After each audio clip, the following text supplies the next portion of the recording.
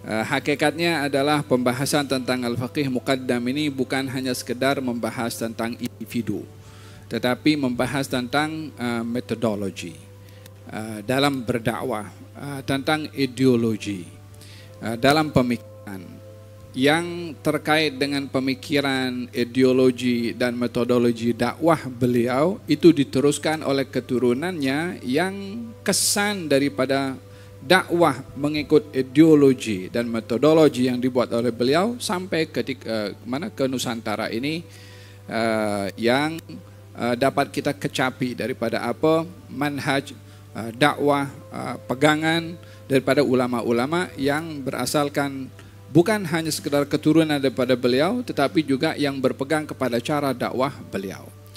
Kalau kita melihat di Nusantara ini atau khususnya di Malaysia ya, kita ada Tok Kopalo ya kan, Sayyid Abdurrahman bin Muhammad Al-Aidarus yang dikebumikan di Terengganu.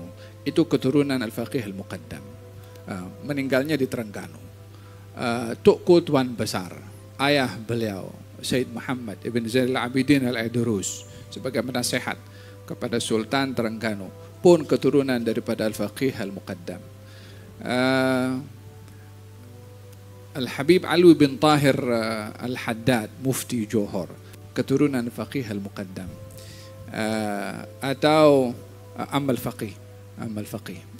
Kemudian Al-Habib Muhsin bin Abdul Qadir Al-Attas di Johor, Mufti Johor yang sebelumnya. 4 Mufti Johor itu asal usulnya daripada Madrasah Hadramut, 2 Al-Haddad, 2 Al-Attas. Kita kenal Ratib Haddad, kita kenal Ratib Attas yang diamalkan juga di sini. Pun semuanya itu adalah hasil daripada madrasah atau dakwahnya Madrasah Hadramut yang ada kaitan keturunan dengan Al-Faqih Muqaddam atau yang berbelajar dengan Al-Faqih Al-Muqaddam dan keturunannya, sehingga apa yang diajarkan oleh beliau baik pada ideologinya atau metodologinya itu sampai ke Nusantara ini khususnya di Malaysia. Jadi bila kita berbahas tentang Al-Faqih Al-Muqaddam atau Madrasah Hadramut bukan hanya sekedar berbahas tentang individu tetapi berbahas tentang kesan daripada manhaj dan ideologi beliau yang sampai ke tanah air kita. Bahkan kalau kita pergi lebih jauh di Nusantara, di Pulau Jawa, kita kenal Wali Songo, 9 wali pun juga asal usulnya daripada madrasah ini juga, daripada Amal Faqih, dan madrasah yang sama. Sehingga dengan begitu bukanlah menjadi asing bagi kita berbahas tentang beliau karena mungkin tidak pernah diangkat atau dibahas. Jadi kita hanya tahu Al-Haddad, Al-Attas dan ratibnya, bukunya, tapi siapa yang mengasaskan semua itu? Siapa yang menjadi sebab lahirnya Imam Abdullah bin Al-Haddad? Siapa menjadi sebab lahirnya pemikiran Imam Umar bin Abdurrahman Al-Attas atau Tok Kopalo umpamanya? Semua itu adalah hasil daripada madrasah yang diasaskan oleh Sayyidina Al-Faqih Al-Muqaddam Muhammad bin Ali Ba'alawi. So ini lebih kurang motif kenapa tajuk ini diangkat ya.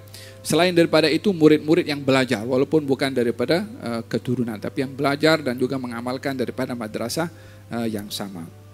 Berkenaan dengan injazat atau kejayaan atau apa yang telah dibuat oleh Al-Faqih Al-Muqaddam, mungkin beberapa terminologi yang perlu untuk diberikan klarifikasi ya.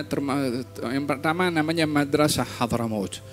Madrasah Hadramut yang dimaksudkan adalah metodologi dakwah dan pemikiran yang diasaskan oleh Al-Faqih Muqaddam tadi. Ia bukan memberikan gambaran bahwasanya semua Hadramut itu diwakili oleh beliau. Di Hadramut ada madrasah-madrasah yang lain. Oleh sebab itu dikenali Madrasah Hadramut ini dengan istilah itu namanya Tariqah Ba'alwi atau Tariqah Alawiyin dan seumpamanya. Jadi mempunyai maksud yang sama. Bila dikatakan Tariqah Alawiyin atau Ba'alawi adalah mempunyai maksud kepada satu orang yang namanya Alawi bin Ubaidillah bin Ahmad bin Isa, atuknya Al-Faqih Al-Muqaddam. Atuk beliau yang bernama Alwi ini adalah orang pertama yang lahir di Hadramut setelah atuknya yang namanya Ahmad bin Isa ini hijrah daripada Irak pergi ke Hadramut. sampai di Hadramut lahirlah cucu beliau yang bernama Alawi.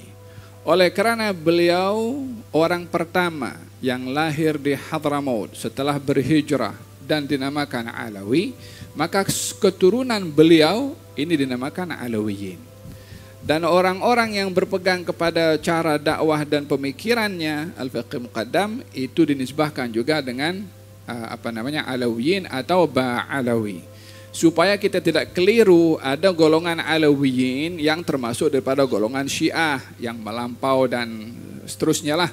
Kalimat Alawiyin ini ada beberapa istilah yang digunakan pakai. Kalau dulu ada Alawiyin, ada Abbasiyin, ada Umayyawiyin, kelompok-kelompok yang terkait dengan politik. Tapi kalau berbicara tentang Alawiyin atau Tariqah Ba'alawi yang dinisbahkan kepada Hadramut adalah merujuk kepada seorang bernama Alawi dan keturunannya yang membawa madrasah Hadramut yang akan dijelaskan kemudian, maka dinamakan ini sebagai madrasah Hadramut atau Tariqah Alawiyin atau Ba'alawi. Itu istilah ya, terminologi atau istilahat yang digunakan pakai supaya kita jelas penggunaan istilah itu tidak keliru dituju apa maksudnya. Al-Faqih Al-Muqaddam ini tadi disampaikan oleh Al-Fadhil Nasrullah berkenaan dengan silsilah belajarnya. Seseorang itu tidak akan menjadi hebat kalau tidak diketahui asal usulnya. Jangan sekali-kali melihat orang itu hebat di penghujungnya. Jangan sekali-kali melihat orang itu hebat ketika dia sudah banyak pengikut dan banyak followersnya. Tak, kita kena tengok asal usulnya macam mana dia boleh jadi hebat. Barulah kita akan tahu bagaimana seseorang itu menjadi seorang yang diagungkan, dimuliakan dan ilmunya itu bermanfaat. Beberapa perkara disebutkan oleh Al-Fadhil Nasrullah tadi berkenaan dengan latar belakang pembelajaran beliau yang di sini digabungkan daripada dua jalur. Pembelajaran beliau selain daripada ulama-ulama tempatan, daripada ulama-ulama luar. Termasuk daripada jalur ayah-ayah beliau sampailah kepada baginda Rasulullah Shallallahu Alaihi Wasallam. Tadi saya simpulkan apa yang disampaikan oleh Al-Fadhil Nasrullah tadi berkenaan dengan susur galur pembelajaran beliau itu. Inna hadzal ilma dinun fanzuru amman ta'khuduna dinakum. Ilmu ini agama kamu, hendaklah kamu memastikan dari siapa kamu mengambil ilmu. Karena kesilapan kita mencari orang untuk mengajar kepada kita, maka akan silaplah pengetahuan kita tanpa kita sadari. Dalam hal ini kita memastikan daripada siapa kita belajar. Demikian Al-Faqih Al-Muqaddam mengambil daripada dua jalur. Jalur pertama daripada ayah atuknya sampai ke atas lagi. Jalur kedua adalah daripada Madrasah Al-Maghribiyah Syu'aib Abu Madian. Syu'aib Abu Madian seorang alim besar berasal daripada Maroko. Beliau ini hidup di penghujung abad yang ke-6, lebih kurang meninggal 580 atau lebih meninggal dunia di usia awal-awal lagi usianya Al-Faqih Al-Muqaddam. Beliau Syu'aib Abu Madian sebelum meninggal dunia berpesan kepada murid-muridnya untuk menyampaikan message atau risalah atau pesanan kepada Al-Faqih Al-Muqaddam. Macam mana boleh tahu Al-Faqih Muqaddam sementara itu di Maroko? Al-Faqih Muqaddam berada di Hadramut. Bukanlah dulu ada komunikasi yang mudah untuk orang berjumpa. Bukanlah mudah untuk pergi pun. Tak ada perjumpaan antara Al-Faqih Muqaddam dengan Syu'aib Abu Madian. Tetapi nama Al-Faqih Muqaddam seperti yang disebutkan tadi oleh Nasrullah berkenaan dengan keilmuannya dan juga kemahirannya dalam ilmu fiqh, tafsir dan sebagainya, menjadikan Syu'aib Abu Madian mendengar tentang berita tersebut daripada orang-orang yang datang daripada Hadramut dan pergi ke Maroko. Maka Syu'aib Abu Madian melihat bahwasanya apa yang layak pada ilmu yang ada pada beliau untuk diteruskan oleh khalifahnya adalah Al-Faqih Al-Muqaddam. Dalam hal ini kita berbicara tentang waris, pelanjut dalam perjalanan seorang dalam menyampaikan ilmu dan dakwah ini ada kalanya diwarisi secara langsung daripada orang yang belajar, ada kalanya daripada apa yang dia dengar daripada kriteria orang-orang yang memiliki sifat-sifat sesuai dengan yang diinginkan oleh syekh untuk menyerahkan kepadanya amanah warisan untuk diteruskan oleh muridnya. Dalam hal ini Syuaib Abu Madyan melihat yang layak adalah Sayyidina Al-Faqih Al-Muqaddam.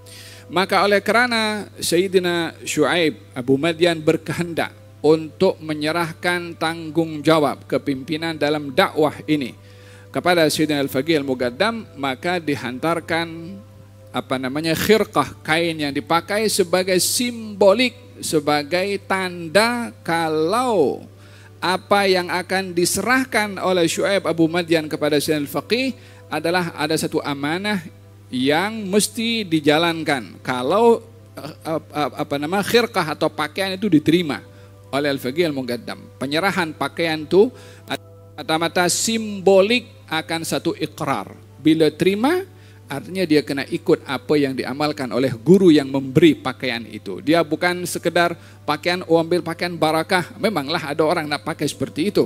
Tapi dalam hal ini bukan sebagai tabarrukan, bukan sebagai tabarruk, ambil berkat. Tidak. Tapi sebagai iqrar, sebagai satu janji bahwasanya apa yang akan dilakukan oleh Al-Faqih Al-Muqaddam kalau terima itu pakaian adalah meneruskan apa yang dilakukan oleh Sayyidina Syuaib Abu Madyan kalau pakaian itu diterima. Maka dihantarkanlah pakaian ini daripada Maroko pergi ke orang yang membawanya sampai pergi ke mana? Ke Mekah dan Madinah, kemudian sampailah ke Hadramut, sampai ke Al-Faqih Al-Muqaddam dan diterimalah pakaian itu. Saya katakan di awal, penerimaan pakaian ini bukan sekedar menerima, tetapi sebagai simbolik kepada iqrar untuk melaksanakan amanah yang yang dilakukan oleh gurunya, yaitu Sayyidina Syuaib Abu Madyan. Ketika diterima itu, maka Al-Faqih menunjukkan hasratnya, komitmennya, iqrarnya, bahwasanya dia akan melaksanakan amanah Sayyidina Syuaib Abu Madyan dengan mematahkan pedang. Sayyidina Al-Faqih Al-Muqaddam dahulu kemana-mana bawa pedang, katanya letakkan di bawah pahanya seperti ini. Karena situasi waktu itu, situasi yang tidak aman. Tidak aman daripada beberapa aspek, perompak atau qutta' thariq, orang yang suka potong jalan untuk nak ambil kutip rampas ataupun binatang. Jadi situasi waktu itu menyebabkan seseorang bila pergi keluar membawa pedang, dan waktu itu Sayyidina Al-Faqih Al-Muqaddam pun salah seorang yang membawa pedang. Pemberian amanah berupa khirqah tadi yang merupakan sebagai simbolik iqrar, komitmen yang mesti diberi. Cara dakwah bukan dengan kekerasan, bukan dengan pedang, bukan dengan angkat senjata. Itu amanah yang ada pada pakaian, bukan sekedar pakaian. Maka oleh kerana itu diterima oleh Al-Faqih Muqaddam iqrarnya untuk memenuhi amanah tersebut dengan mematahkan pedang tadi. Mematahkan pedang itu simbolik untuk tidak mengangkat senjata zahir, tetapi lebih berpegang kepada senjata batin. Dikatakan bahwasanya kalau sekarang orang pergi ke Hadramut, pergi ke Gaidun, kawasan Doan situ, sampai sekarang itu kesan daripada pedang yang dipatahkan itu masih ada. Jadi kalau pergi ke sana masih nampak, masih boleh nampak itu potongan daripada pedang itu sendiri. Disimpan semata-mata bukan untuk tajam kata tak tajam ya, bukan itu. Tapi simbolik bahwasanya pedang ini dipatahkan ada beberapa sebab. Ada 3 sebab.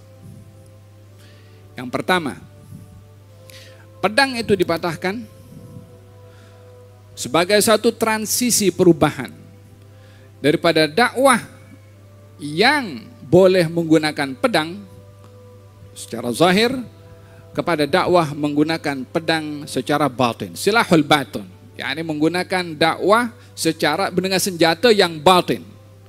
Apa senjata yang batin?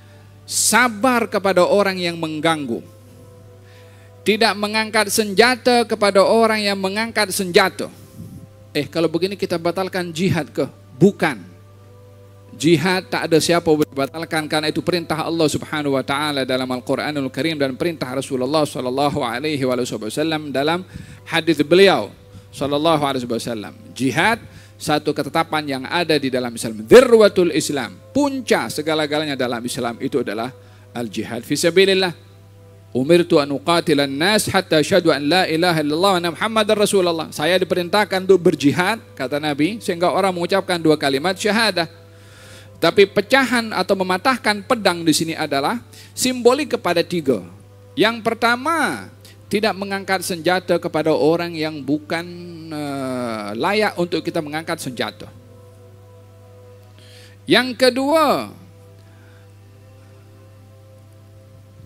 prediksi atau bayangan dan gambaran firasat daripada al-faqih tentang apa yang akan berlaku di masa akan datang setelah kewafatan beliau, akan adanya fitnah. Dan beliau tidak mahu daripada keturunannya atau daripada pengikut beliau yang mengambil manhaj beliau untuk mengangkat senjata kepada orang lain. Hatta orang lain itu mengangkat senjata kepada kita. Apa dasarnya di sini kalau orang angkat senjata kita tak lawan dengan senjata? Dasarnya dalam Al-Qur'anul Karim. Dasarnya dalam hadis Nabi Muhammad sallallahu alaihi wasallam ketika anak Adam Qabil dan Habil. Qabil mengatakan kepada Habil, la aqtulannak, aku bunuh engkau. Kata Qabil kepada Habil. Habil kata, la in basatta ilayya yadaka litaktulani ma ana bibasitin yadiya ilaika liyaktulak inni akhafullaha rabbal alamin. Kalau kamu wahai Qabil akan angkat tangan kamu bunuh aku, baik dengan senjata, dengan batu, dengan pistol, dengan apa, walhasil angkat tangan untuk bunuh tanpa disebut senjatanya apa, karena untuk membunuh bukan pedang saja. Sekarang dengan dengan misil boleh orang mati juga, ya kan? Dengan drone orang boleh mati juga. La embasatta ilayya yadaka litaktulani. Kalau kamu hulurkan tangan kamu untuk bunuh aku tak akan hulurkan tangan aku untuk bunuh engkau. Aku takut pada Allah Subhanahu wa taala. Ayo, tak patut lawan ke? Quran dah cerita macam tu. Tidak mahu mengotori tangannya dengan menumpahkan darah orang lain. Itu di dalam Quran. Dalam hadis Nabi Muhammad sallallahu alaihi wasallam beliau bersabda, ketika ditanya oleh sahabat, kalau berlaku fitnah macam mana? Fitnah antara orang Islam dengan orang Islam, bukan fitnah jihad dan melawan kepada orang kafir. Antara orang Islam dengan Islam. Kata baginda Rasulullah sallallahu alaihi wasallam, kun ka khairai ibnai Adam. Kun ka khair ibnai Adam. Jadilah kamu orang yang terbaik daripada 2 anak Adam. Siapa yang terbaik daripada 2 anak Adam? Yang pembunuh atau yang dibunuh?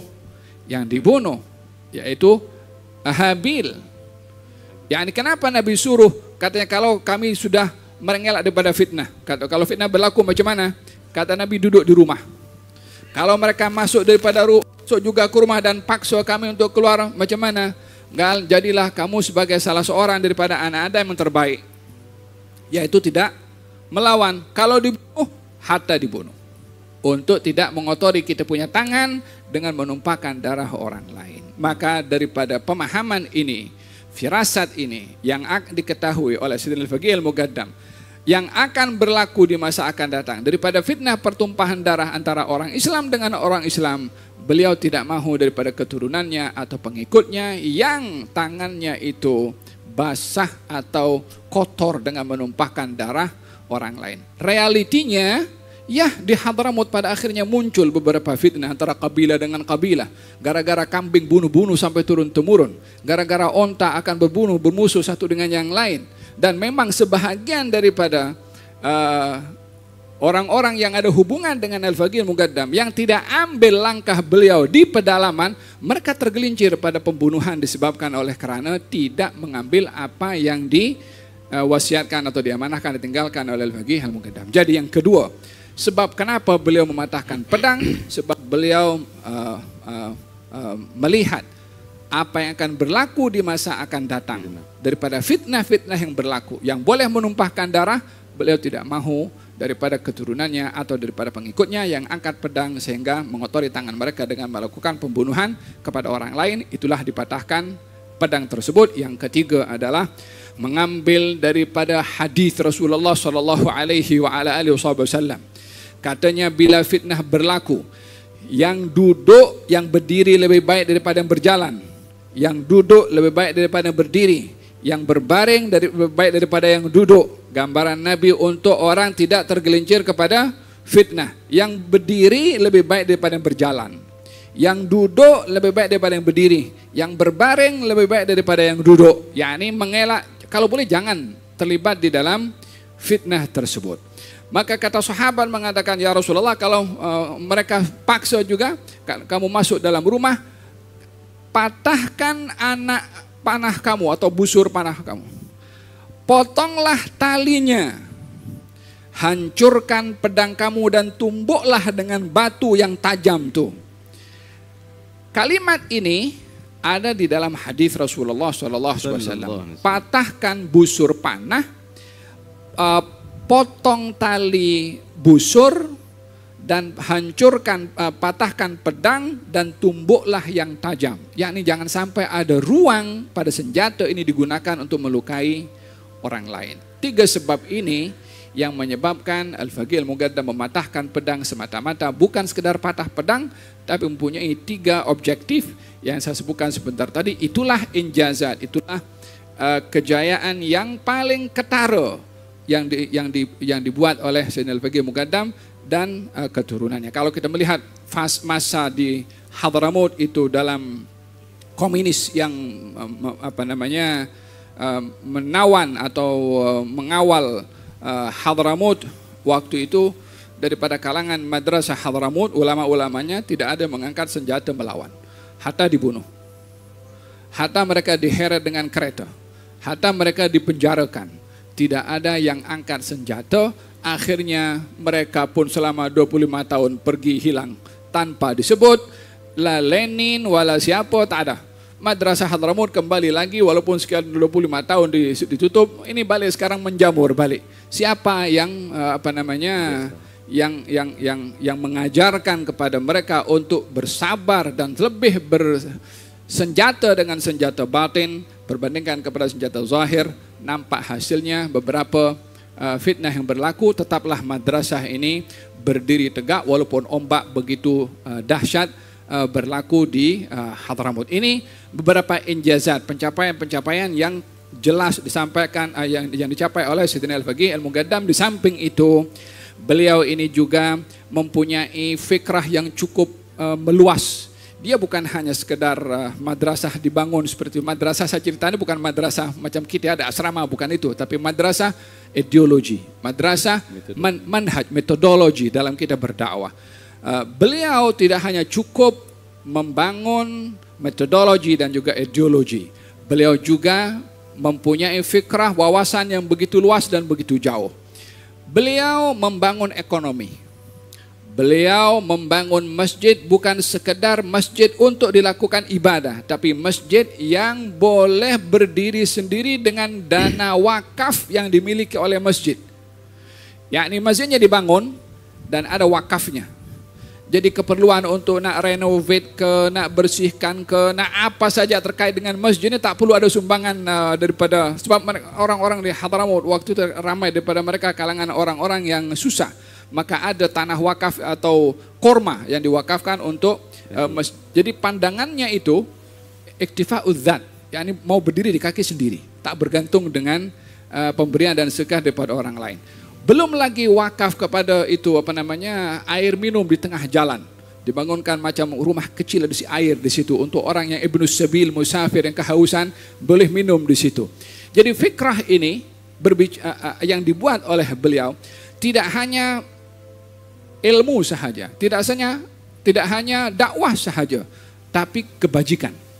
Tetapi membantu orang-orang yang fakir miskin daripada kalangan orang-orang yang susah pada waktu itu.